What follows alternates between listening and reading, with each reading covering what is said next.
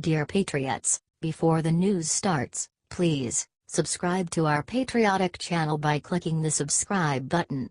Give us a thumbs up to this video. Don't forget to leave your opinion below in the comments section.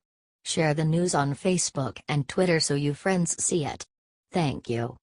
Republicans stop liberal judges dead in their tracks, find grounds for impeachment. Liberal judges in the past few years have taken unprecedented liberties. Instead of making a decision based upon the rule of law, the U.S. Constitution, and the Declaration of Independence, which is their sworn duty to uphold, they choose to make up their own rules and regulations based upon their liberal agenda. In the Rust Belt, liberal judges from a northeastern state Supreme Court made a horrendous decision that directly attacks conservatives living there. So Republicans there have had enough. They have now found grounds for impeachment that should leave these judges stopped dead in their tracks. Philly.com passes along an example of how the party is doing just that. Pennsylvania Republicans, furious at the state Supreme Court threw out the existing congressional map and imposed one that stripped much of their partisan advantage, have been talking about a stark response, impeaching the justices who ruled against them. After a rank-and-file lawmaker, State Representative Chris Stosh of Jefferson County, raised the idea a few weeks ago, the rhetoric has intensified. This week, U.S. Representative Ryan Costello of Chester County said the justices should be impeached, and U.S. Senator Pat Toomey said the idea is worth discussing. In short, the state's Democratic Party was feeling colicky about the prospect of having their clocks cleaned in future elections. To prevent that from happening, they changed the rules to ensure there would be nothing resembling a fair fight. State Republicans aren't going to take this one laying down, and they're hinting at taking down these judges. Talk about an epic response. As of Thursday, no impeachment bill had been introduced. But in the memo he circulated to fellow lawmakers, Stosh contended the High Court's ruling redrawing the congressional map blatantly and clearly contradicts the plain language of the Pennsylvania Constitution. We'll have to wait and see how this ultimately plays out, but it's at least encouraging to see the GOP fighting back on this egregious overstep by Democrats. Perhaps members of the GOP in the nation's capital can use this for some further inspiration to do the same. After all, they finally have a president in place that is more than happy to call out blatant and ridiculous nonsense whenever he sees it. htphilly.com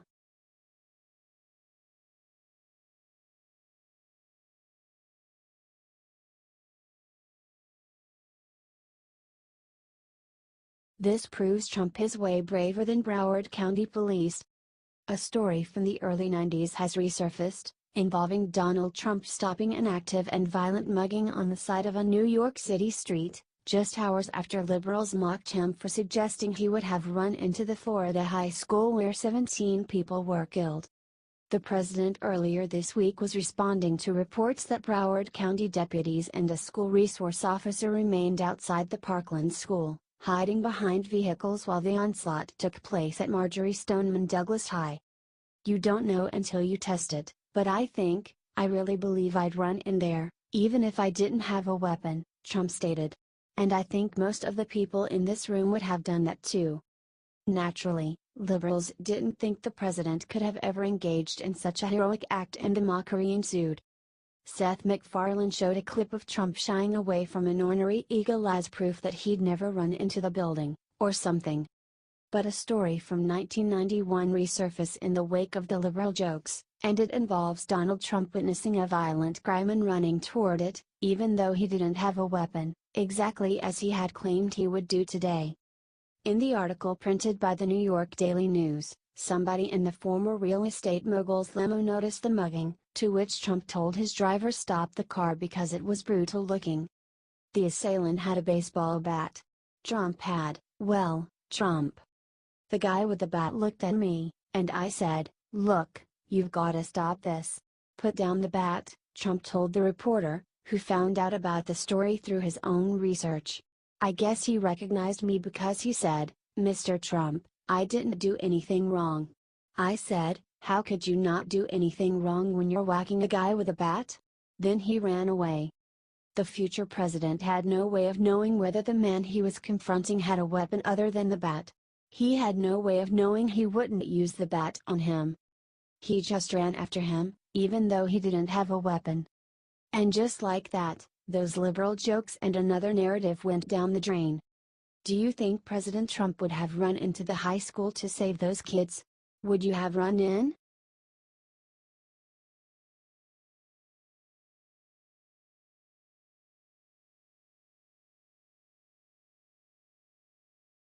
Obama's right-hand man reveals Mueller's poisonous plans for Trump.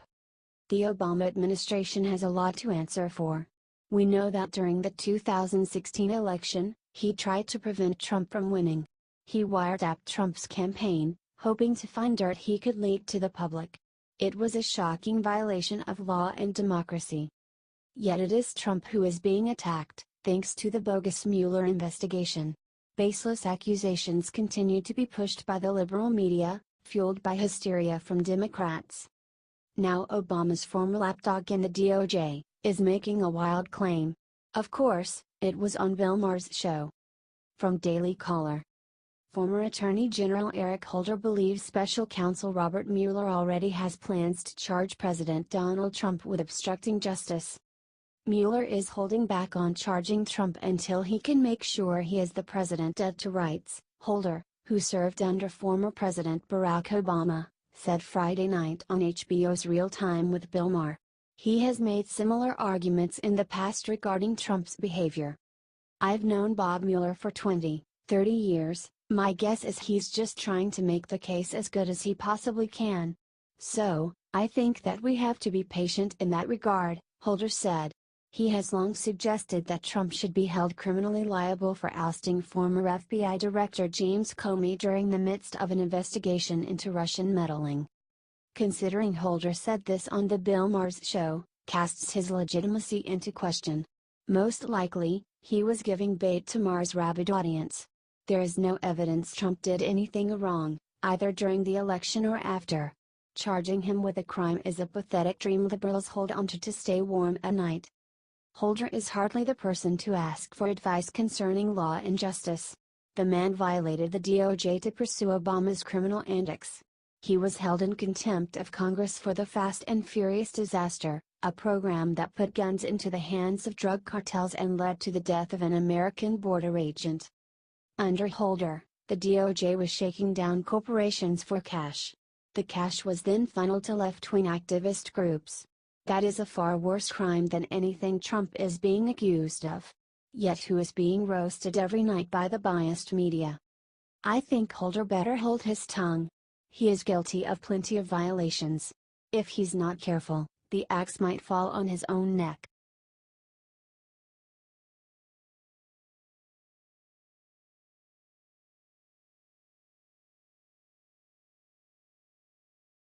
It's official. President Trump confirms he will run again in 2020.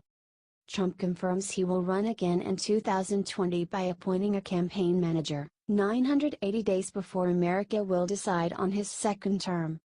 President Donald Trump is essentially confirming his bid for re-election by tapping a veteran of 2016 as his campaign manager to oversee the effort. The president who stunned the world with his 2016 victory is tapping a veteran of his successful campaign effort to run his 2020 bid, elevating former digital director Brad Parscale, according to a new report.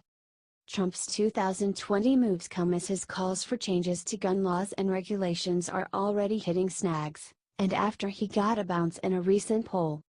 Parscale's role helming the 2020 effort was first broken by the Drudge Report. The site billed the story as a world exclusive, coming 980 days before the election. Parscale served as Trump's digital director for the 2016 campaign, where he oversaw online ads, social media, and TV purchases. After the election, he helped launch America First policies, which promotes Trump and his agenda from outside the White House. According to a statement released by the Trump campaign, in addition to focusing on building its infrastructure for the 2020 race, the Trump campaign will be engaged in the 2018 midterm elections this year, providing candidates with general support, endorsements, and rallying the support of the political grassroots by engaging Trump supporters in districts and states. The campaign sent out a statement from Eric Trump, the president's son who helps run the Trump Organization. Brad is an amazing talent and was pivotal to our success in 2016. He has our family's complete trust and is the perfect person to be at the helm of the campaign, Eric Trump said. Trump's son-in-law Jared Kushner, who is a senior advisor to Trump working in the White House, added, Brad was essential in bringing a disciplined technology and data-driven approach to how the 2016 campaign was run. His leadership and expertise will help build a best-in-class campaign. As early as October 2017, Parscale already told 60 Minutes he was currently working on President Trump's 2020 effort. He was among several top campaign officials to send out retweets in the final weeks of the campaign that turned out to be Russian bots that originated from a notorious troll farm in St. Petersburg. He retweeted a post from a 10_GOP- which posed as an official state party site. Trump invoked the 2020 elections during a Cincinnati trip to the Schaeffer Corporation, saying Democrats would get punished in 2018 and 2020 if they don't get behind him. They would rather see Trump do badly than our country do well, Trump said, referencing the State of the Union speech. They were like death. And un-American. Somebody said treasonous. I mean, yeah. I guess. Why not?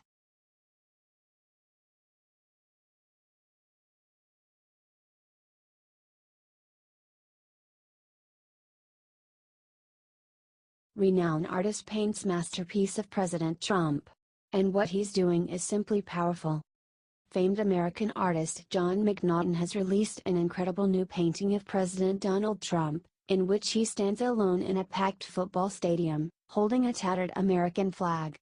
The flag is dirty from having laid abandoned on the field, but Trump's depicted wiping the grime off the stars and stripes with the cloth in his right hand. This picture effectively symbolizes the controversy surrounding NFL players kneeling for the national anthem during the 2016 and 2017 football season. Trump was at the forefront of calling out these individuals, demanding that they be suspended from playing until they honor America. Trump had backup from Vice President Mike Pence, who walked out of an Indianapolis Colts game last year after players kneeled during the Star-Spangled Banner. Last year, McNaughton painted a picture in which Trump stands alongside the forgotten men and women who elected the nation's 45th president. Many Americans have felt forgotten by the establishment in Washington. I'm talking about the people who are more interested in themselves and their political careers, McNaughton said in a video. In addition, while core groups that supported Trump, blue-collar workers, veterans and current members of the U.S. military, law enforcement officers, and farmers, are represented in the painting, a first glance reveals an interesting addition. A snake's head being crushed under the foot of the president. I want a president that will crush the enemies of liberty, justice, and American prosperity, McNaughton explains. They may have the power to bruise his heel, but he will have the power to crush their head. McNaughton said those who voted for Trump knew exactly what they were getting, which is why they voted for him in the first place. Last year, we elected President Trump. He expressed by his words and demeanor what Americans wanted. A man who is not going to bow down to Washington or other countries. A man that would not forget the forgotten men and women of this country who elected him. Of the forgotten, McNaughton asked, how many veterans have been neglected? How many of our police officers have been marginalized? How many families are suffering because of poor health care, limited opportunities, and government intrusion? He added,